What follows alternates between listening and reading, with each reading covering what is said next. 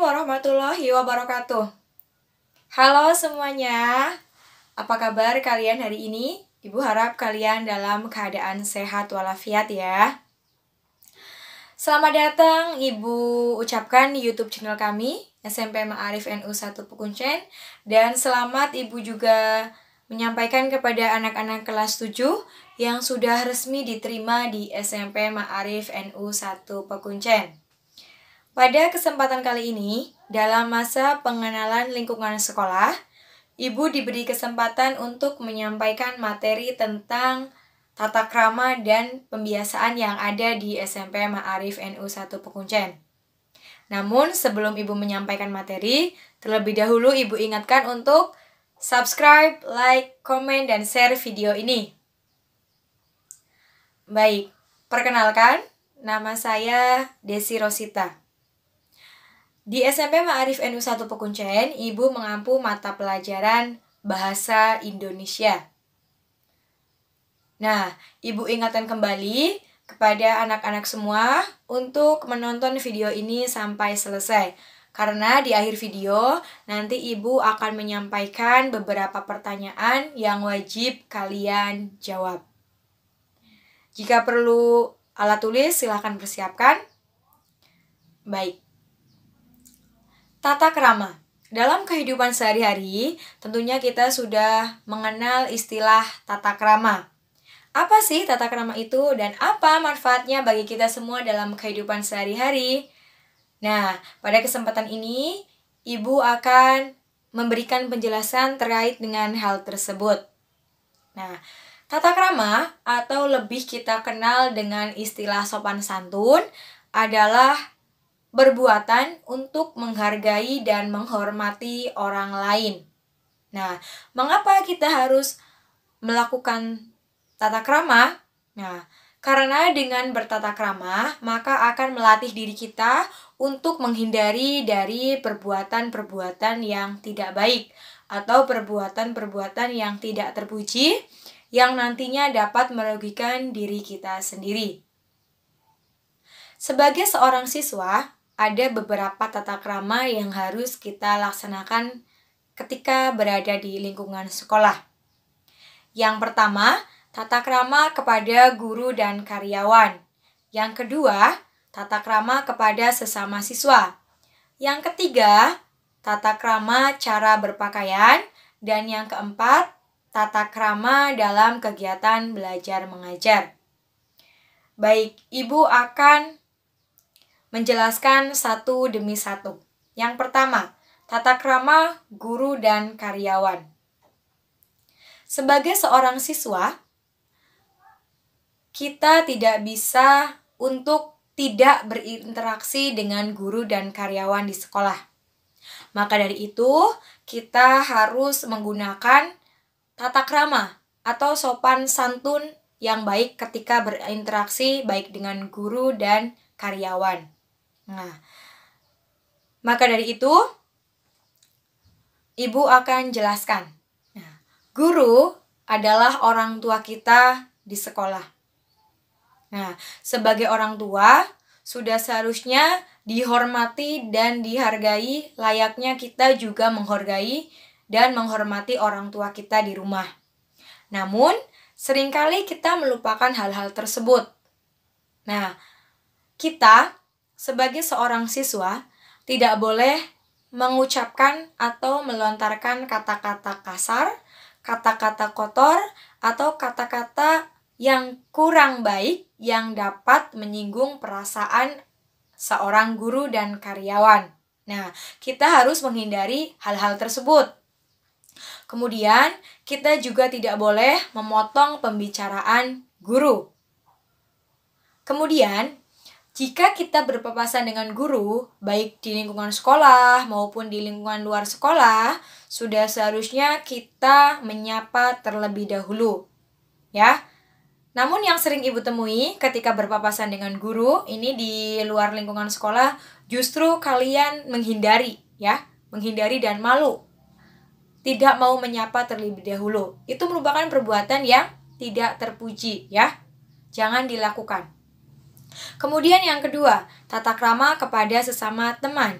Nah, Di lingkungan sekolah, sudah kita ketahui bersama bahwa ada yang namanya kakak tingkat dan ada yang namanya adik tingkat. Nah, kepada kakak tingkat, kita juga wajib menghormatinya dan menghargainya.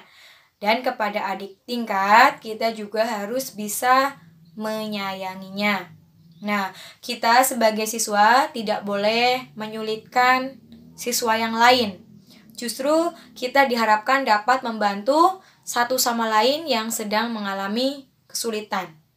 Ya. Kemudian yang sering Ibu temui juga ketika di dalam kelas, ini ada siswa yang jahil atau siswa yang biasanya mengambil sesuatu yang bukan miliknya. Nah, ada yang mengambil pulpen temannya, ada yang mengambil penggaris milik temannya. Nah, itu merupakan perbuatan-perbuatan yang tidak terpuji atau tidak baik. Maka itu adalah perbuatan yang seharusnya dihindari ya. Tidak boleh untuk dilakukan ya. Nah, kemudian yang ketiga adalah tata krama dalam berpakaian. Nah, sebagai seorang siswa sebagai seorang siswa sudah seharusnya kita mengenakan seragam ini sesuai dengan aturan yang ada di sekolah. Kita tidak boleh mengenakan seragam sesuai dengan kemauan kita sendiri. Nah, kenapa? Karena sekolah sudah memiliki aturan yang wajib untuk kita taati. Kemudian bagi siswa laki-laki, ini yang perlu diingat, tidak boleh memiliki rambut yang terlalu panjang. Nah, diharapkan memotong rambut sesuai dengan aturan yang ada di sekolah. Kemudian ini bagi siswa perempuan, ya, jangan menggunakan perhiasan atau aksesoris yang berlebihan. Mengapa? Karena dapat menimbulkan adanya tindak kejahatan yang dapat merugikan dirinya sendiri, ya. Kemudian yang keempat, tata krama dalam kegiatan belajar mengajar. Apa saja sih yang harus dilakukan sebagai seorang siswa dalam kegiatan belajar mengajar? Nah, ini ketika guru belum datang atau belum memasuki ruang kelas, sebaiknya siswa tetap berada di ruang kelas. Tidak membuat gaduh, tidak membuat keributan sehingga mengganggu ketertiban kelas yang lain. Ya, tetap berada di ruang kelas dan mempersiapkan diri. Kemudian, ketika guru sudah datang, siswa juga seharusnya sudah siap dengan mata pelajaran yang akan dipelajari. Mempersiapkan segala sesuatunya, jangan sampai membuat guru itu merasa kesal. Karena apa? Karena ketika guru sudah sampai, namun siswanya belum siap untuk mengikuti pelajarannya. Kemudian ketika akan meninggalkan ruang kelas, maka siswa wajib meminta izin kepada guru yang bersangkutan. Siswa tidak boleh keluar masuk kelas dengan sembarangan. Jadi harus meminta izin terlebih dahulu. Jika diizinkan, silakan untuk keluar. Namun jika tidak diizinkan, maka tetap berada di ruang kelas. Nah, itulah tadi beberapa tata krama yang seharusnya kita laksanakan di lingkungan sekolah. Dengan demikian, diharapkan nanti kita menjadi siswa yang memiliki tata krama yang baik, sehingga menjadikan diri kita menjadi pribadi yang lebih baik.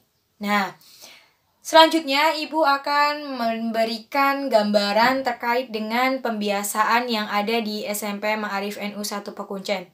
Apa saja pembiasaan yang ada di sana?